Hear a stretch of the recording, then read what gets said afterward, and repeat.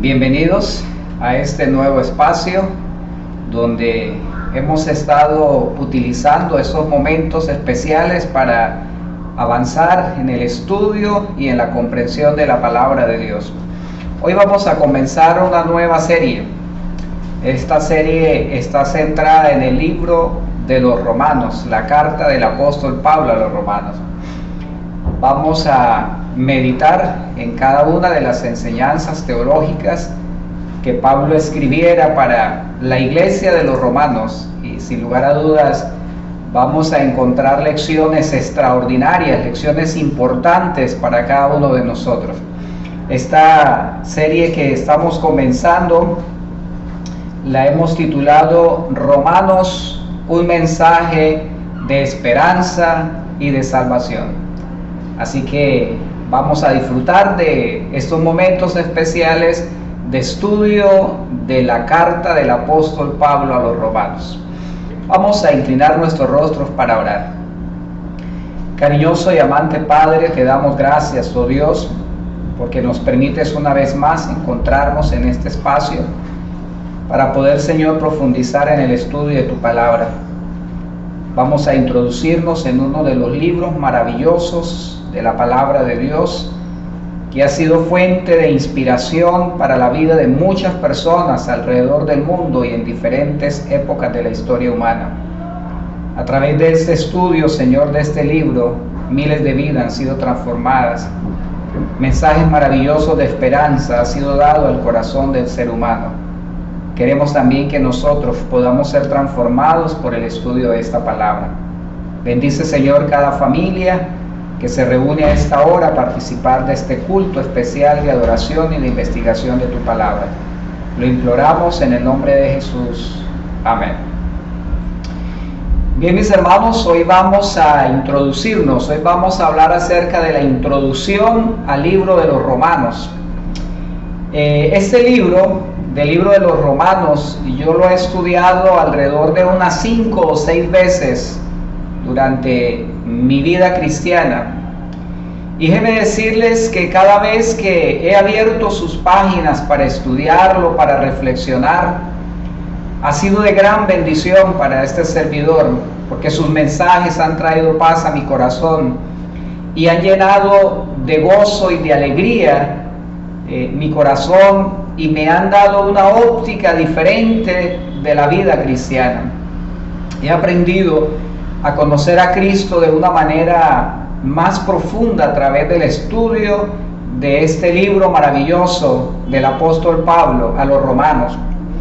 Y saben, la historia también nos cuenta la experiencia de un monje muy diligente y que escribió lo siguiente como resultado de su experiencia. Dice: fui un monje piadoso y seguía las reglas de mi orden más estrictamente de lo que se puede expresar. Si alguna vez un monje pudiese obtener el cielo por sus obras monásticas, ciertamente yo habría tenido el título para ello.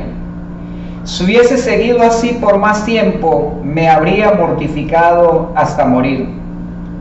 Sin embargo, a pesar de sus obras y mortificaciones, el monje nunca sintió la aceptación de Dios.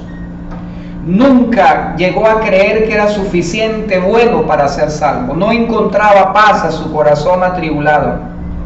Su desesperación fue tan grande que lo estaba destruyendo física y mentalmente, por cuanto él tenía la perspectiva de tener que afrontar la ira de Dios.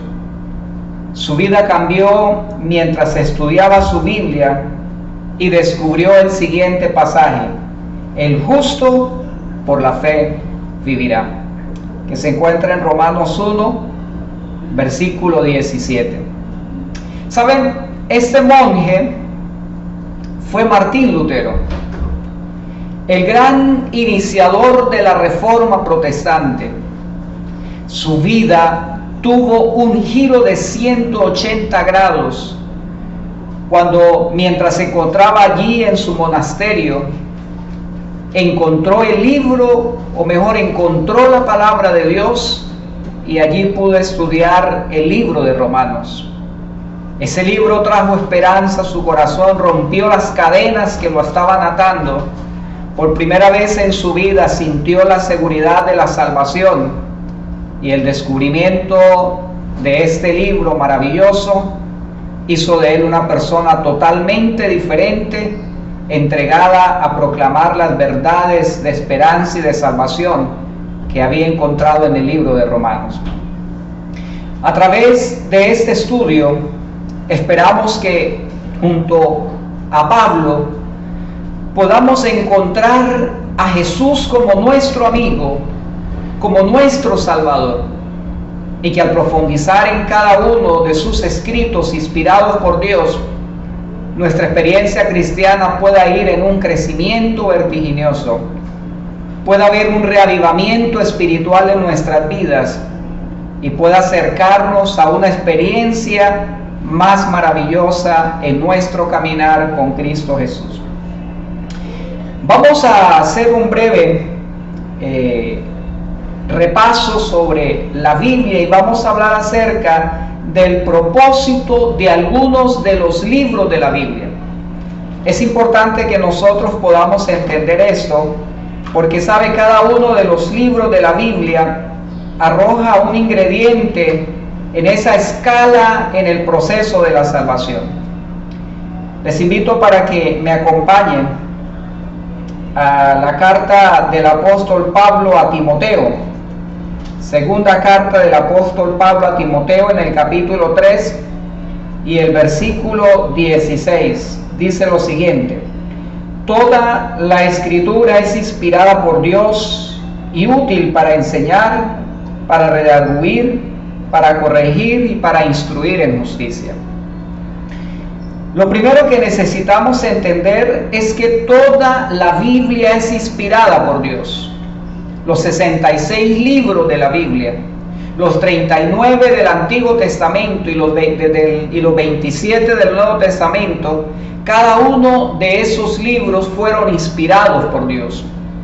Y cada uno de esos libros aportan aspectos importantes en la comprensión del plan de la salvación, de la obra maravillosa de la redención y del papel que yo desempeño en ese proceso maravilloso de la salvación originado en la mente de un Dios que nos ama y de un Dios todopoderoso. Pero no todos los libros de la Biblia cumplen el mismo propósito. Por eso el Señor inspiró a más de 40 hombres a que escribieran estos 66 libros, porque cada uno de ellos cumple un propósito especial, pero que al estar todos unidos se constituyen en la revelación completa de Dios para cada uno de nosotros. Varios libros del Antiguo Testamento se centran en contar la historia del pueblo de Israel, de la manera como Dios guió el destino de esta nación. Podemos entender el propósito de Dios al elegir a un pueblo para hacerlo depositario de su verdad. Podemos leer en estos libros del Antiguo Testamento la manera como Dios guió a este pueblo, la misericordia y el amor manifestado para con ellos, y la manera como Dios quería a través de ellos cumplir el propósito soberano de la salvación. Pero también en esos libros podemos encontrar que finalmente este pueblo no estuvo a la altura del propósito que Dios tenía para ellos. Y entonces nos introducimos en el Nuevo Testamento. Este Antiguo Testamento contiene promesas y profecías que apuntaban hacia la venida del Mesías, lo cual pone la base para lo que vamos a encontrar en el Nuevo Testamento. Porque sin el Antiguo Testamento, el Nuevo sería totalmente incomprensible y carecería de todo fundamento. Entonces, teniendo como base lo anteriormente mencionado, llegamos al Nuevo Testamento. Y en el Nuevo Testamento encontramos propósitos muy diversos, muy diferentes al propósito que Dios tuvo al darnos el Antiguo Testamento. Los evangelios se centran en la vida, las enseñanzas, la muerte y la resurrección de Jesús. Sus autores escribieron en calidad de testigos. Ellos habían estado con Jesús. Ellos habían presenciado las obras maravillosas del Mesías.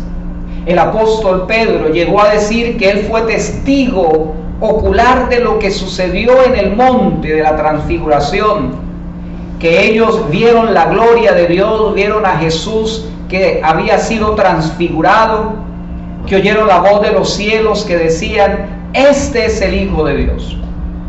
Así que los evangelios tienen el propósito de narrar los hechos asombrosos del Mesías, el cumplimiento de las profecías del Antiguo Testamento, la promesa de que habría de venir un Salvador a este mundo. Ahora los evangelios dicen que eso se cumplió en Jesús. Los hechos por lo menos narran la historia de la naciente iglesia, guiadas por el Espíritu Santo en el cumplimiento a la promesa de Jesús, de llevar ese evangelio a todo el mundo. Y podemos encontrar el cumplimiento de esa promesa en la predicación del evangelio en la naciente iglesia. Las cartas, por el contrario, tenían el propósito de entender problemas locales de las iglesias. Estas cartas fueron escritas para solucionar algunas divergencias, algunas dificultades que la naciente iglesia estaba presentando, pero eran ya problemas de carácter local. Pero que estos mensajes que fueron enviados a estas iglesias se constituyen sin lugar a dudas en una fuente de orientación y en una fuente de dirección para la iglesia remanente de Dios que peregrina hacia la Canaán celestial. Y por último, encontramos el Apocalipsis. En Apocalipsis, Dios revela las dificultades que la iglesia del Señor habría de tener que afrontar desde los días de los apóstoles hasta la venida de Jesús. La guerra entre el dragón y entre Miguel, y la manera como finalmente la iglesia sería triunfante, estaría victoriosa en el monte de Sión. En sí, es un breve resumen de los propósitos de cada uno de los libros que fueron escritos y que conforman lo que hoy conocemos como la palabra de Dios. Ahora, surge una pregunta: ¿por qué fue escogido Pablo? Todos los escritores del Nuevo Testamento, de los evangelios y de las cartas, fueron personas que conocieron a Jesús, tuvieron relación con Jesús. Pero sabe, Pablo, que es quien más escribe, no tuvo contacto directo con Jesús, con el Jesús que se encarnó, con el Jesús que caminó por las calles de Jerusalén. Y quiero que me acompañen a Hechos en el capítulo 9, el versículo 3 al 6, donde él va a describir la razón por la que él fue escogido. Hechos capítulo 9, versículo 3 al 6. Dice la palabra de Dios: pero yendo por el camino, aconteció que al llegar cerca de Damasco, repentinamente lo rodeó un resplandor de la luz del cielo, y cayendo a tierra oyó una voz que le decía: Saulo, Saulo, ¿por qué me persigues? Él le dijo: ¿quién eres, Señor? Y le dijo: yo soy Jesús a quien tú persigues. Dura cosa te es dar coces contra el aguijón. Luego el versículo 16, el versículo 15 y 16 dice: el Señor le dijo: ve, porque instrumento escogido me es este, para llevar mi nombre en presencia de los gentiles de reyes y de los hijos de Israel, porque yo le mostraré cuánto le es necesario padecer por mi nombre. Así que en estos versículos que hemos leído de la palabra de Dios encontramos la respuesta a esta pregunta: ¿por qué fue escogido Pablo? ¿Sabe? Pablo fue escogido por Jesús para que, como dice el versículo 16, fuera testigo. Dice allí el versículo 15: ve porque instrumento escogido me es este, para llevar mi nombre en presencia de los gentiles, de los reyes y de los hijos de Israel.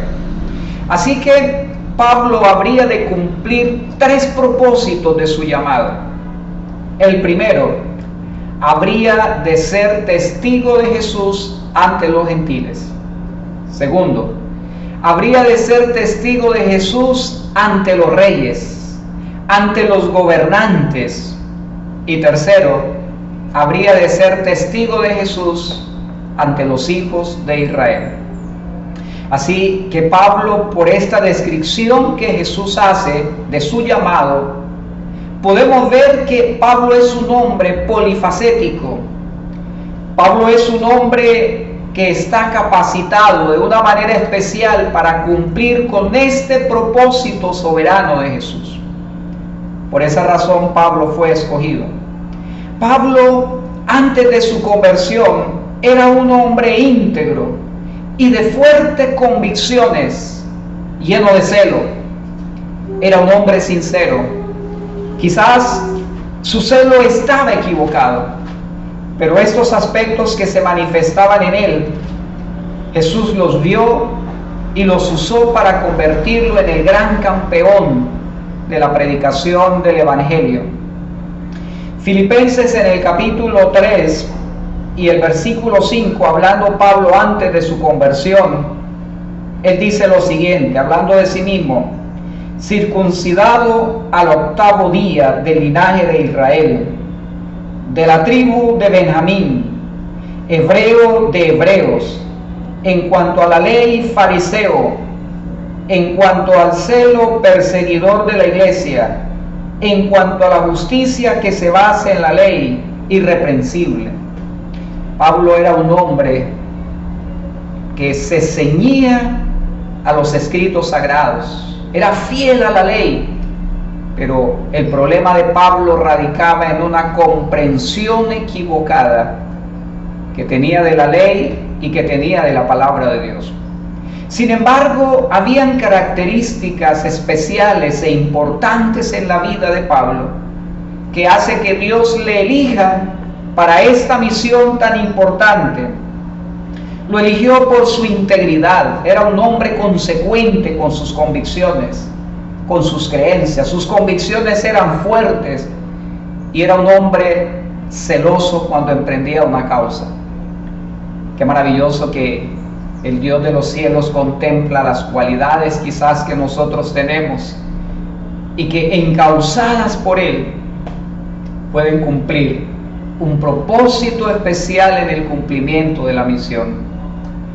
Cada uno de nosotros está lleno de virtudes, está lleno de cualidades, pero quizás también está lleno de un falso celo, o quizás de algún defecto de carácter, pero que Dios puede tomar esas circunstancias negativas quizás de nuestra vida, pero que en las manos del Señor se convierten en elementos positivos que bajo la dirección del Espíritu Santo Él usa para avanzar con la causa de Dios a través del falible instrumento humano.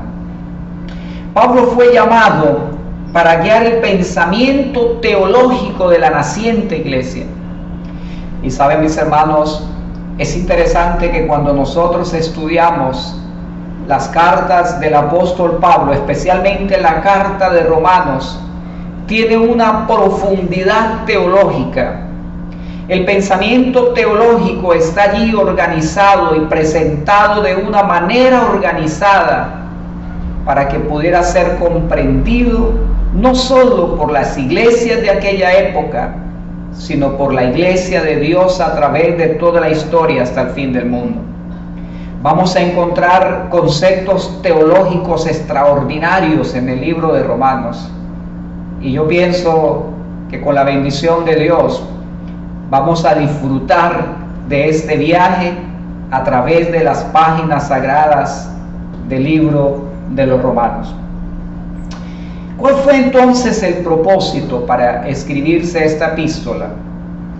¿Cuál es su propósito? ¿Por qué Dios inspiró a Pablo a escribir esta carta a los romanos? Y necesitamos entender el propósito de la epístola antes de introducirnos en el estudio de cada uno de sus escritos. Fue escrita esta epístola en el año 58, escrita por Pablo en su tercer viaje misionero desde el puerto de Cencrea, ahí en Corinto, unos 27 años después de la muerte de Cristo.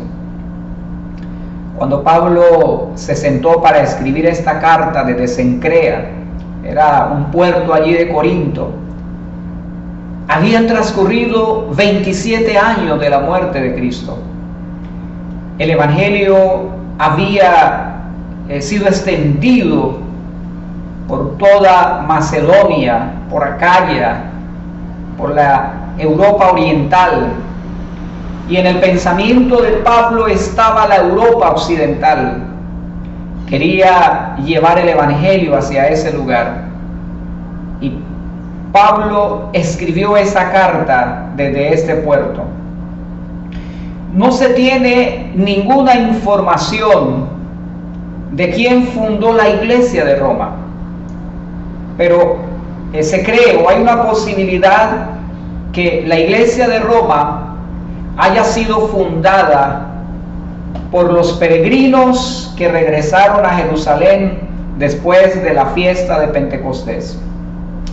Mira, el libro de los Hechos menciona a las personas que estuvieron presentes en ese primer sermón predicado por Pedro, donde se produjeron 3,000 conversiones, sin contar mujeres y niños. Hechos en el capítulo 2 y el versículo 10 dice lo siguiente, hablando de quienes estaban presentes: Frigia y Panfilia, Egipto y las regiones de África más allá de Cirene, y romanos aquí residentes, tanto judíos como prosélitos.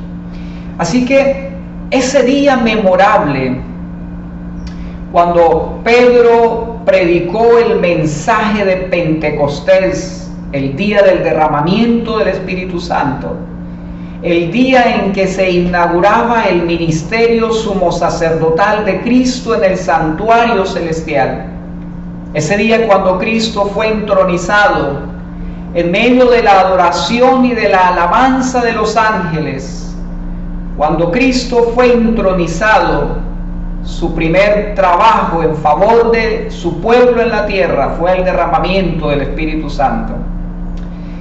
Y Pedro ese día predicó ese poderoso mensaje de Pentecostés. Y de acuerdo a la palabra de Dios, allí habían judíos romanos que estuvieron y fueron testigos de ese momento glorioso y de esa predicación poderosa del Espíritu Santo. Y se creen que estos conversos que habían estado ese día de Roma, judíos que vivían en Roma pero que habían estado allí, fueron los encargados de fundar la iglesia de Roma. Pablo se proponía hacer de Roma su centro misionero en sus planes de evangelizar a España, y quería hacer de Roma lo que había hecho de Antioquía. Recuerde que Antioquía fue convertido como su centro misionero, y fue desde allí que salieron sus 3 viajes misioneros. Pues eso precisamente Pablo quería hacer con Roma, quería convertirla en su centro misionero. y desde allí avanzar más hacia el occidente, llevar el Evangelio a España, Pablo tenía un reto, y era predicar a Cristo donde no había sido predicado antes. En Roma ya existía una iglesia que estaba organizada, y entonces Pablo escribe esta carta, y en esta carta Pablo va a expresar el pensamiento teológico, va a hablarles acerca de lo que él había enseñado, de lo que él creía de Cristo, de la comprensión que bajo la dirección del Espíritu Santo tenía del Antiguo Testamento en el cumplimiento en la vida de Jesús y de lo que implicaba realmente Cristo para la experiencia de fe de los creyentes. En la segunda parte, el apóstol Pablo va a hablar de la manera como una persona que ha sido convertida por el Evangelio, que ha aceptado a Cristo como su Salvador, se relaciona con sus semejantes, se relaciona con la sociedad y cómo es el estilo de vida de un creyente convertido. Así que este es el propósito por el cual Pablo escribe esta carta: preparar el camino en su deseo de visitar a Roma para ganarse el favor de la iglesia romana, de los cristianos de Roma, con el fin de que le apoyaran en sus planes de ir hasta España con la predicación de la palabra de Dios. Vamos ahora, mis hermanos, a analizar la influencia de la epístola de los Romanos. Cómo ha influido este libro en la vida de las personas a través de la historia. Esto es importante que podamos entenderlo. La carta a los Romanos ha jugado un papel decisivo en todos los movimientos de reforma a lo largo de toda la historia de la iglesia cristiana. Si nosotros queremos hacer un análisis de la iglesia cristiana desde su fundación hasta los días finales, y analizamos los momentos de mayor relevancia espiritual, si estudiamos los grandes movimientos de reavivamiento que la iglesia ha experimentado en las diferentes etapas de su desarrollo hasta la venida de Jesús, encontramos que el libro a los Romanos se constituye en la fuente de inspiración para estos grandes movimientos de reforma. La reforma del siglo XV se inició en realidad cuando Lutero llegó a comprender el significado de la expresión la justicia de Dios. Cuando Pablo comprende lo que significa la justicia de Dios expresada por Pablo allí en los Romanos, es lo que hace que la reforma del siglo XVI tenga un despertar impresionante, que logró sacudir la estabilidad finalmente del Vaticano, del poder papal de aquella época. Los mensajes predicados por los reformadores, basados en el libro de los Romanos, creó un avivamiento, creó un despertar sin precedentes en los días de estos grandes hombres. El gran movimiento de reforma metodista, originado por Wesley, surgió de la comprensión de la carta a los Romanos. Es interesante, mis hermanos, cómo el libro de Romanos ha transformado la vida de muchas personas alrededor del mundo. Y quiero que abramos la palabra de Dios en Romanos, en el capítulo 1, y vamos a leer del versículo 1 hasta el versículo 7.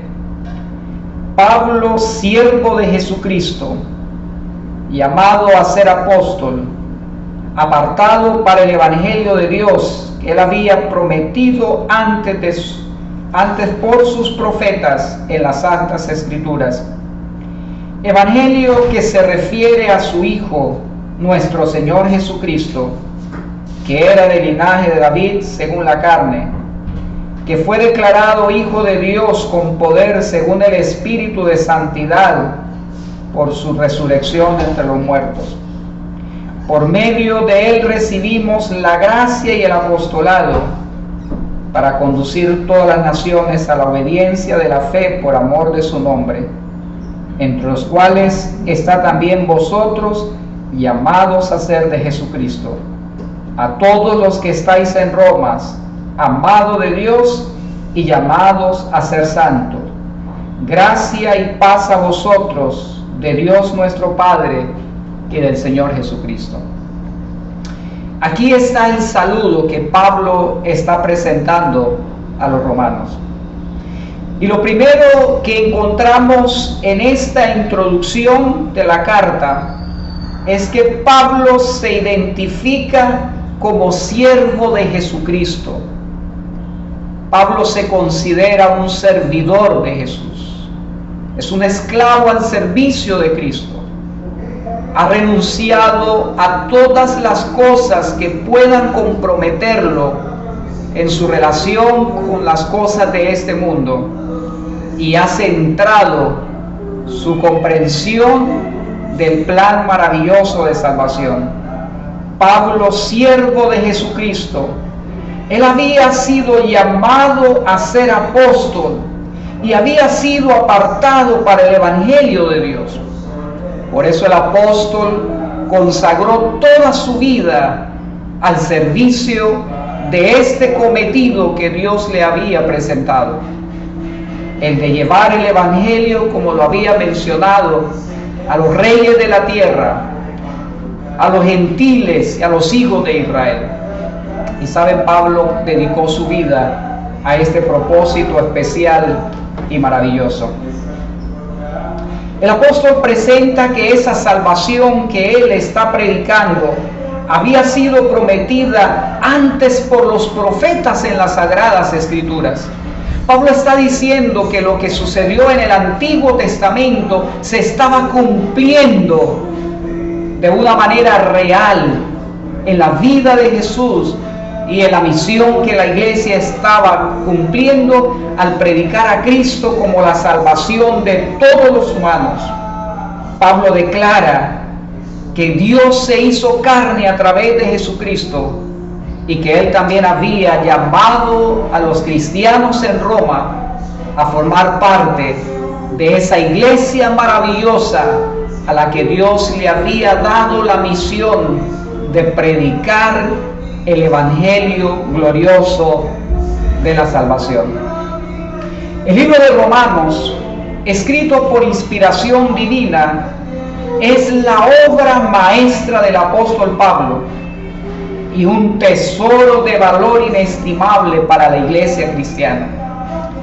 Hoy necesitamos introducirnos y desenterrar las verdades maravillosas que quedaron escritas allí por inspiración de Dios a través del apóstol Pablo. Avancemos, mis apreciados hermanos, en este estudio con humildad y oración, rogando que el poder transformador de la gracia de Dios toque también nuestros corazones y al igual que en el pasado podamos experimentar las obras maravillosas de un reavivamiento sin precedentes en espera de la segunda venida de Cristo. Finalmente, este era el propósito del apóstol Pablo: preparar a sus lectores para la gloriosa venida de Cristo Jesús. Que cada uno de ellos pudiera entender de una manera clara la obra maravillosa de la gracia manifestada en la vida de cada uno de sus hijos. Y es lo que vamos a estudiar. Vamos a hablar acerca de una justicia que se reveló en Cristo para los seres humanos. Vamos a estudiar cómo al aceptar esa justicia, entonces nosotros somos justificados, somos declarados santos delante de Dios. pero también vamos a analizar cómo esta experiencia nos lleva a alcanzar en Cristo la santificación y cómo los santos habrán de vivir en estos días finales en espera de la segunda venida de Jesús. Mis apreciados hermanos, vamos a disfrutar de este estudio en este viaje maravilloso por el libro de Romanos, y que nuestra experiencia realmente sea de crecimiento, de fortalecimiento y de experimentar el poder transformador de la gracia de Cristo Jesús. Que el Señor les bendiga.